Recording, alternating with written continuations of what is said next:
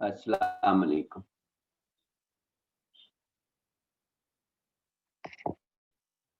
अस्सलाम वालेकुम वालेकुम। सलाम सर। वालेकुम सलाम सर, क्या हाल है? ठीक है जी अल्हम्दुलिल्लाह, आप सुनाएं कैसी तबीयत है? ठीक ठाक है? जी सर, अल्लाह का शुक्र। जी जी। ले जी शुरू करते हैं हम इसके अंदर। इसमें आपके पास जो लास्ट टाइम हम कर रहे थे, अगर कोई उसमें कोई प्रॉब्लम है तो बता दें। लास्ट टाइम कौन सा पेज था, अगर आपको याद हो तो जरूर बता दें ताकि वो कम में निकाल लूं आसानी के साथ। कौन सा पेज का है या लिखा हुआ था उस नोट्स के ऊपर, वहां पे लिखा हुआ था, वीडियो के अंदर भी लिखा हुआ था। Sir yes sir, first problem 778 पे थी। अच्छा जी, एक मिनट, बस 778 पे ही मिल जाएगी इंशाल्लाह, बाकी सारे क्योंकि हमने यही शुरू किया था। यस सर, और लेकिन दूसरी 7 एंड 4। 778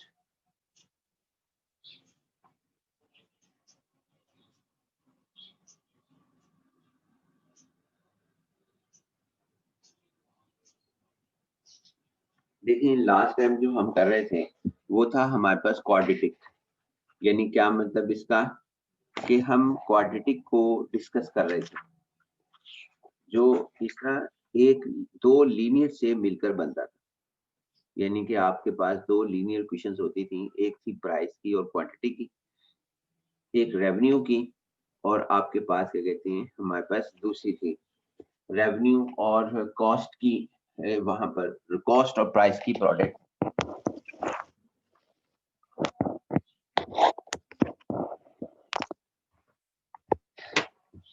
तो लिखते हैं जी, सबसे पहले हम इसका सूरत हाल कि ये हमारे पास क्या प्रॉब्लम क्या है। यानी प्रॉब्लम को जो प्रैक्टिकल लाइफ से हमारे पास ताल्लुक है जिसका, उसका प्रॉब्लम हमारे पास क्या है, और हम इसके अंदर मैक्सिमाइज और मिनिमाइज कर रहे हैं। यानी क्या मतलब, कि हम कर रहे हैं कि रेवेन्यू मैक्सिमाइज कब होगा, हम किस तरीके से किसी फैक्ट्री ओनर को बता सकते हैं कि आप कितने पैसे कमा सकते हैं। और दूसरा, हम उसको एक चीज जो सबसे अहम है वो ये बता सकते हैं कि आप मैक्सिमम प्रोडक्ट इतनी बनाएं, इससे ज्यादा बनाई तो मार्केट के अंदर तो सप्लाई की जरूरत ही नहीं है, और आप जो है वो ज्यादा बना रहे हैं। ये पिछले लेक्चर की हमारी जो थी पॉइंट्स थे। तो इसके अंदर हमारे पास इसमें सबसे पहले हम लिखते हैं जी इसके अंदर,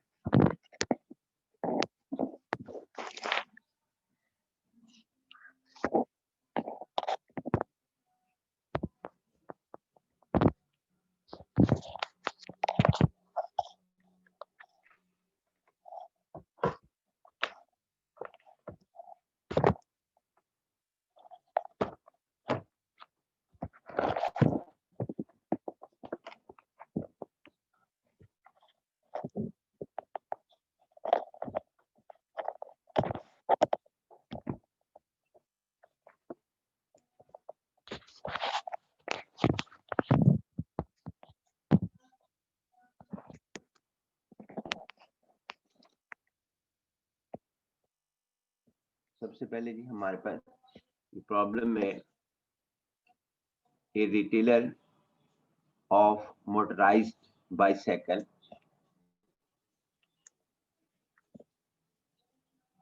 पेज नंबर 8 हमारे पास।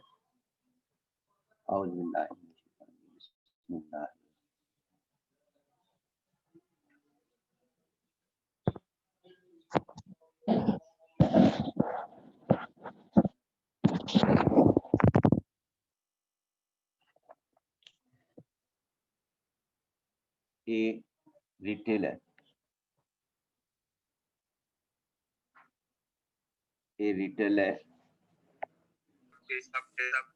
ऐसी लैंग्वेज यूज करें कि सबको समझ आ जाए। ए retailer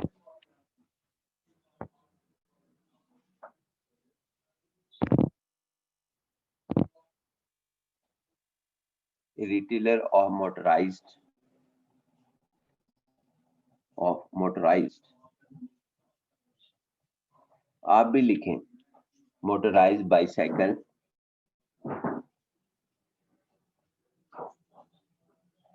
retailer of motorized bicycle has exempt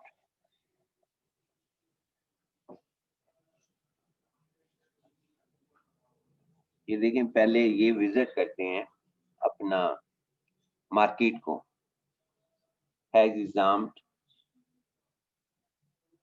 cost data cost data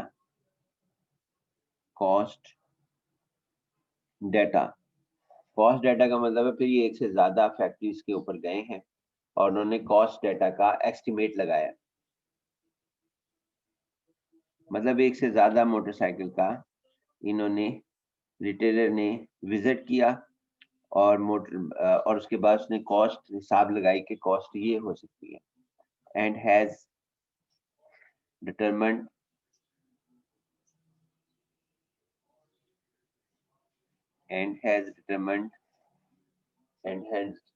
a cost function, और इन्होंने एक अंदाजे से कॉस्ट फंक्शन जो है वो हमारे पास इन्होंने किया।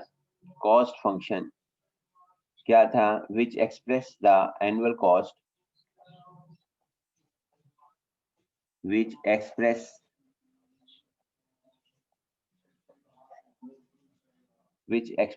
the annual cost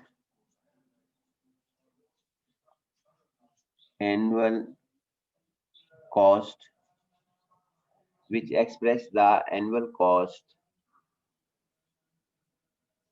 of purchasing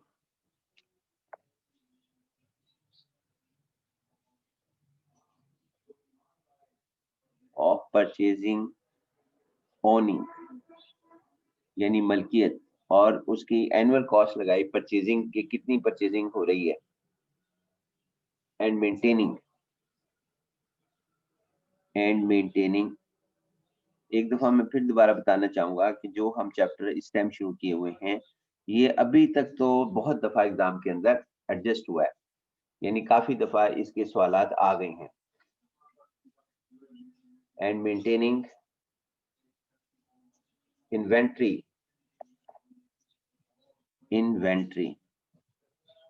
inventory हमारे पास क्या चीज होती है, इसको भी हम डिस्कस करते हैं। As a function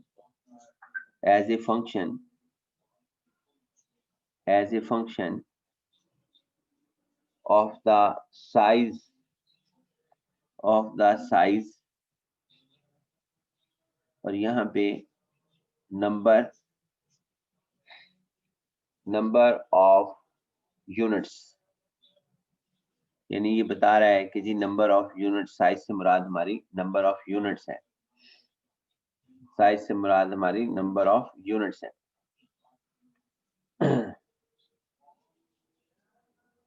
of each order,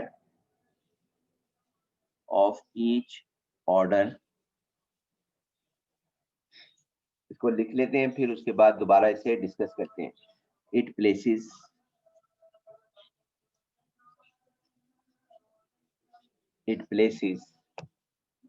for the bicycles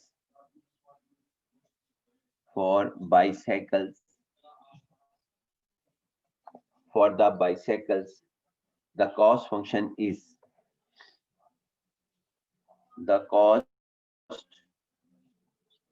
बड़ा आसान सा है, हमारे वही स्टेप्स होंगे जो पहले थे। इस हमारे पास function C F of Q, यानी उसके बाद 4860 ओवर क्यू प्लस, लेकिन याद रहे कि अब हमारी जैसे जैसे हम आगे बढ़ रहे हैं पिछले लेक्चर्स का ताल्लुक जो है वो लिंक पैदा होता जाएगा। where C equals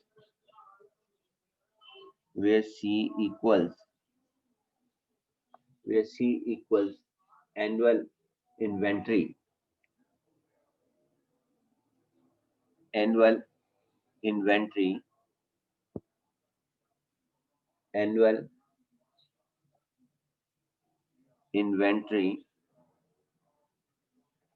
inventory cost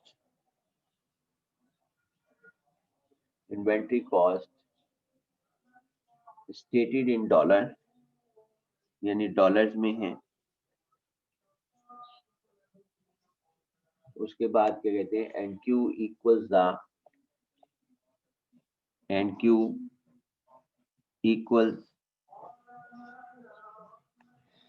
equals the number of cycles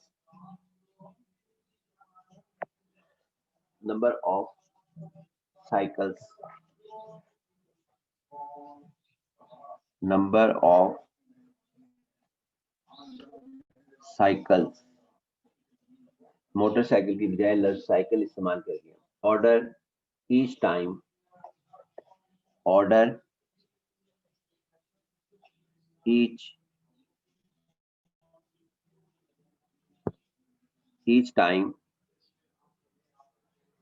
each time the retailer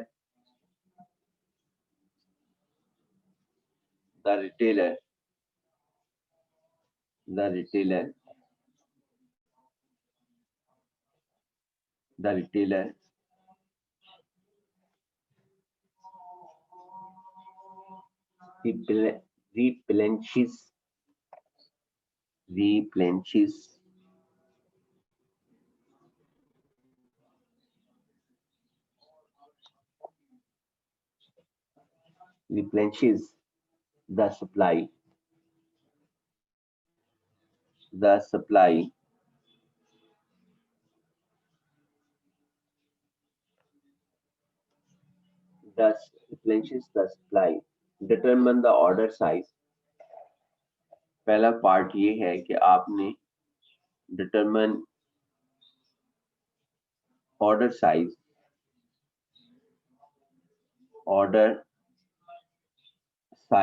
यानी कितनी मोटरसाइकिलें का order they, which minimize annual inventory cost,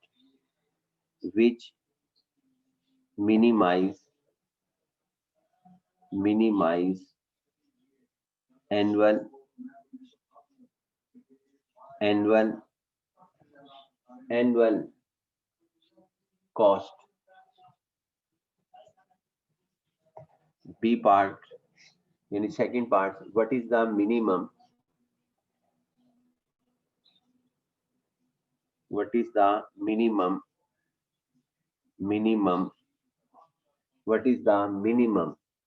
annual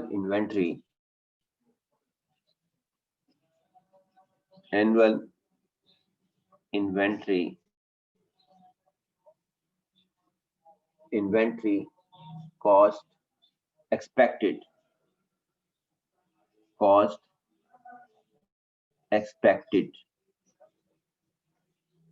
to equal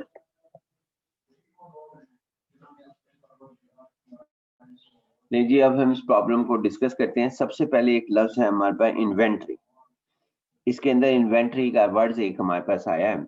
inventory कहते किसे हैं, सबसे पहले उसे समझ लेते हैं, इसका आइडिया लेते हैं कि ये इन्वेंट्री का मतलब ये होता है कि जो शॉपकीपर है वो डिसाइड करे कि मुझे अपने इस विलेज में, अपने इस सिटी में, अपने इस टाउन में, इस जगह पर मुझे जो है 4 पेंसिलें रखनी है या हमें जो है 20 बॉल पॉइंट्स रखने हैं। यानी कितनी वो रखेगा बॉल पॉइंट्स के वहां के लोग जो हैं उसकी आसानी के साथ खरीद सकें और उसे नुकसान न पहुंचे। यानी ये नहीं है कि वो परचेज नहीं कर सकता, वो परचेज कर सकता है, लेकिन वो हमारे पास क्या कहते हैं ये चीज का केयर रखे। परचेज तो वो कर सकता है, लेकिन वो ये फैसला करे कि कितनी चीज की मुझे जरूरत है अपनी शॉप की में रखने की। वरना देखें ना, ये जितने भी हमारे पास ये सेंटर्स हैं मार्केट में, जो बड़े बड़े सेंटर्स हैं, मॉल सेंटर्स हैं, उनके अंदर ये तो नहीं होता कि वो सिर्फ और सिर्फ जो है एक ही आइटम रखें। उन्होंने बहुत सी आइटम्स रखी हुई होती हैं। उसका मकसद क्या होता है, वहां पे जब वो बहुत सी आइटम्स रखी हुई होती हैं, वो फैसला करते हैं कि ये आइटम जो है 10 आइटम चाहिए, ये आइटम 100 आइटम चाहिए, ये आइटम जो है सिर्फ 1 चाहिए, ये यहाँ पे नहीं बिकेगी। मतलब वो वहां पे एक जहाज रख लेते हैं, तो उन्हें पता है कि भाई ये जहाज तो बिकता ही नहीं है, प्लेन नहीं बिकता, लिहाजा वो इन्वेंट्री में नहीं आएगा, वो लेंगे ही नहीं इस जहाज को। यानी कि अगर ये मेट्रो वाले हैं या चेजअप वाले हैं, ये कहें जी हम यहाँ प्लेन रख लेते हैं, तो प्लेन तो कोई लेता नहीं, ये इन्वेंट्री में शुमार नहीं हो रहा यहाँ पर। इसी तरह अगर वो क्या कहते हैं, ये कहते हैं कि जी हम मोटर बाइक रख लें, तो मोटर बाइक उनकी बिक सकती है, वो 2 रख लें, 3 रख लें, 4 रख लें, जिस तरह चेजअप वालों ने मोटर बाइक रखी हुई है। ये फैसला करना कि कौन सी चीज को कितनी मिकदार में रखना, ये हमारे पास इन्वेंट्री कहलाता है। अब चूंकि वो रखते हैं तो इन्वेंट्री जो उनसी है हर एक की मुख्तलिफ है। जब उसे रखते हैं तो उस पर एक कॉस्ट आती है, यानी उसको रखने की जगह भी चाहिए हमें, और ये भी चाहिए कि वो कितने दिन के बाद फरोख्त हो जाएगी। मसलन हम जो है यहाँ पे 5 बाय मोटरसाइकिल रखते हैं अपनी किसी भी जगह पे जो पे मार्केट के अंदर है, और उसको फरोख्त करना चाहते हैं। अब पता लगे कि ये तो 5000 साल तक फरोख्त नहीं होती एक चीज, तो तब मुसीबत खड़ी हो जाएगी। या ये पता हो कि भी ये 1 महीने में फरोख्त हो जाएंगे। ये जितनी देर वो वहां पे रखेंगे, वहां पे हमारे पास ये खिलाएगी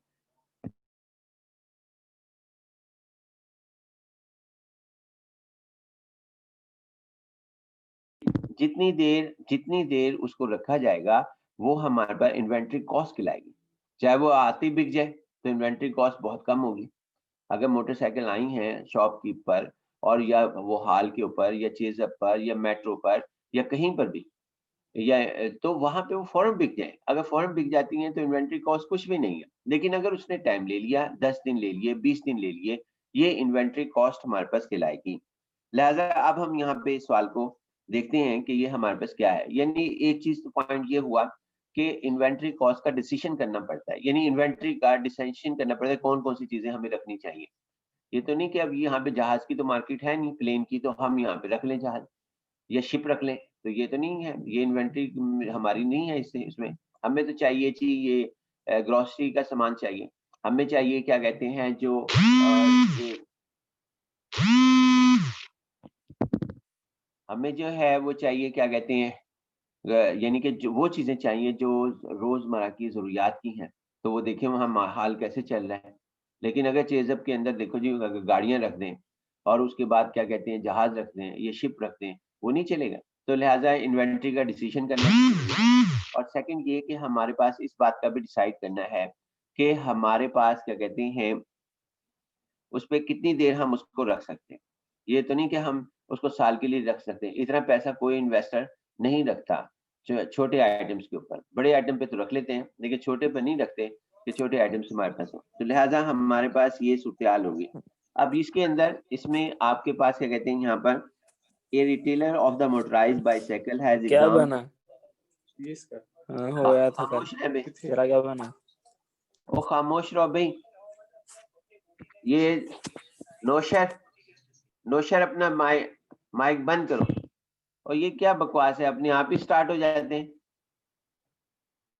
उसके बाद retailer of motorised bicycle has exam cost data. वो कॉस्ट डाटा उसने सबसे पहले एग्जाम किया और फिर एक अपनी तरफ से कॉस्ट फंक्शन बना लिया, which expresses the annual cost of purchasing, which expresses the, और उसने बताया कि जो उसने कॉस्ट फंक्शन बनाया उसके अंदर परचेजिंग की कॉस्ट भी उसने डाली है, ओनिंग की जब तक उसने रखा उसको, मेंटेनिंग की भी, खड़े खड़े भी मोटरसाइकिल या कोई और चीज खराब हो जाती है तो वो उसका भी कॉस्ट उसने डाली।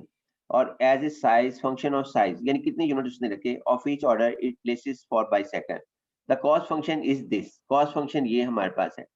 वे सी इक्वल्स द, यानी वो खर्चा जो क्या कहते हैं उसने वहां पे अपने रिटेलर ने रखा, उसके अंदर ये भी शामिल है कि वो कितनी देर तक उसके पास रहा, ये मेंटेनेंस पे कितना खर्चा आया, और उसके अलावा जो अखराजात दूसरे आते रहे।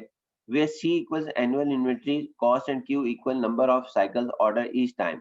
द रिटेलर डिटरमिन्स, आगे उसके बाद determine order size which minimise annual cost. कहता है कि वो कितना खरीद के रखे, मोटरसाइकिल 1 ले या 2 ले या 2000 ले, जिससे क्या कहते हैं इन्वेंट्री के अंदर, ताकि वो यानी उसको रखनी कितनी चाहिए मोटरसाइकिल अपनी शॉप के ऊपर, अपने मार्ट हाल पर कितनी रखनी चाहिए उसको, वो हमारे पास क्या कहते हैं वो इसका सवाल है। जबकि सी हमारे पास ये है। अब हम इसके अंदर ना इसका सोल्यूशन जो है वो शुरू करते हैं। सबसे पहले ना हमने ये देखना है कि क्वेश्चन किसके दरमियान में, क्वेश्चन जो है वो एक कॉस्ट के दरमियान में है और दूसरा क्वेश्चन इसका जो है यानी साइज के दरमियान में है।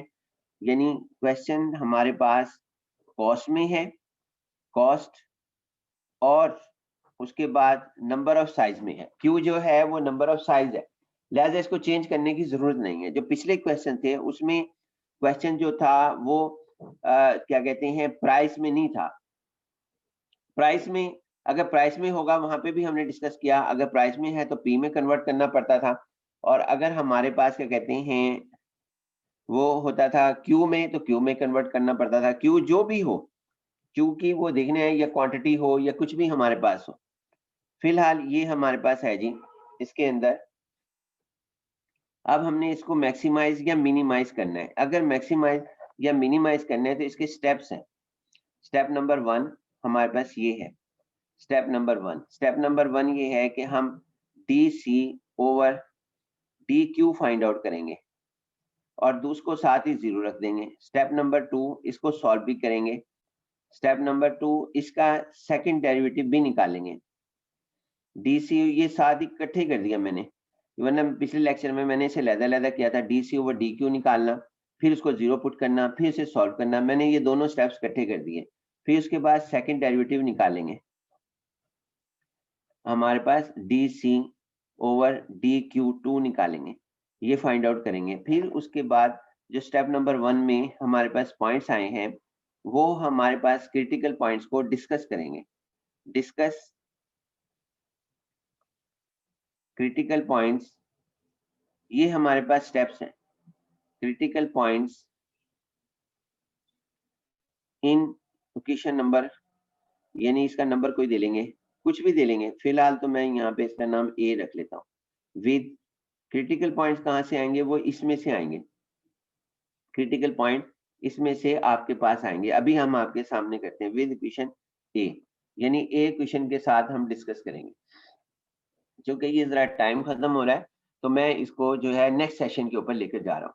तो आप नेक्स्ट सेशन को ज्वाइन करें। इसको हम एंड करते हैं, जो टाइम बिल्कुल ही एंड है। फिर दोबारा हम, ताकि हम नए सिरे से हर स्टेप को करेंगे।